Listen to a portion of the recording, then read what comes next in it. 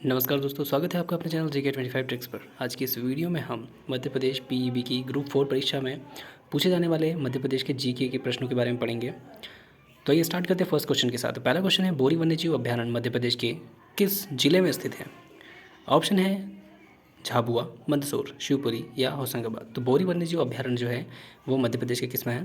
होशंगाबाद में स्थित है, होशंगाबाद जिले में स्थित है। बोरी वन्यजीव अभ्यारण्य भारत का सबसे पुराना वन संरक्षण बोरी रिजर्व फॉरेस्ट 1865 में तवा नदी के किनारे स्थापित किया गया था, जो कि होशंगाबाद में।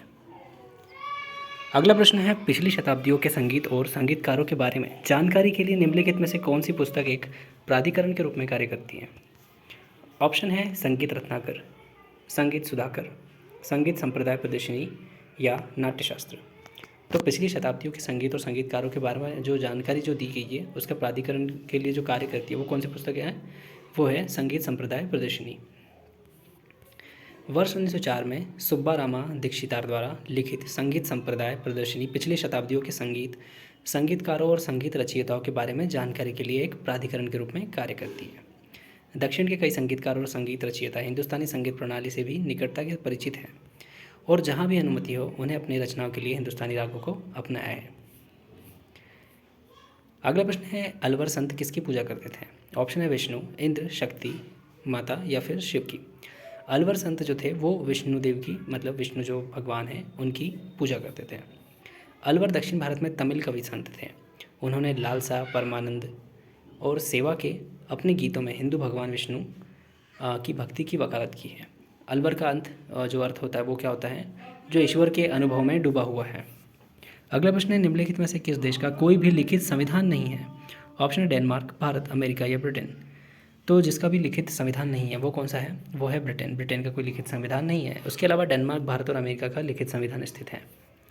ब्रिटेन संविधान जो है वो अलिखित या असंहिताबद्ध है, जिसका अर्थ है कि उनके पास ऐसा कोई भी लिखित दस्तावेज नहीं है जो सभी कानूनों, नियमों और विनियमों को परिभाषित करता हो।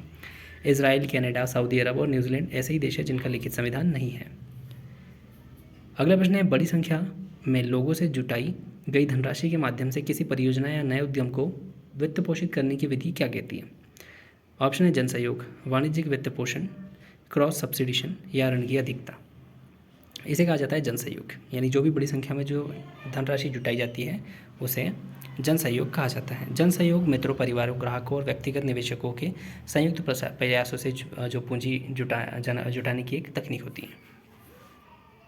अगला प्रश्न है, 2022 में 14 से 25 नवंबर तक CITES यानी CITES की पार्टियों का 19वां सम्मेलन कहाँ आयोजित किया गया था? CITES जो है इसका आंसर है पनामा सिटी में किया गया था। अब CITES क्या है? यह है वन्य जीवों और वनस्पतियों की लुप्तप्राय प्रजातियों के अंतर्गत जो व्यापार सम्मेलन होता है उसे कहा जाता है, और उसकी 19वीं जो बैठक है वो पनामा के सुंदर शहर में 14 से 25 नवंबर 2022 तक आयोजित की गई थी।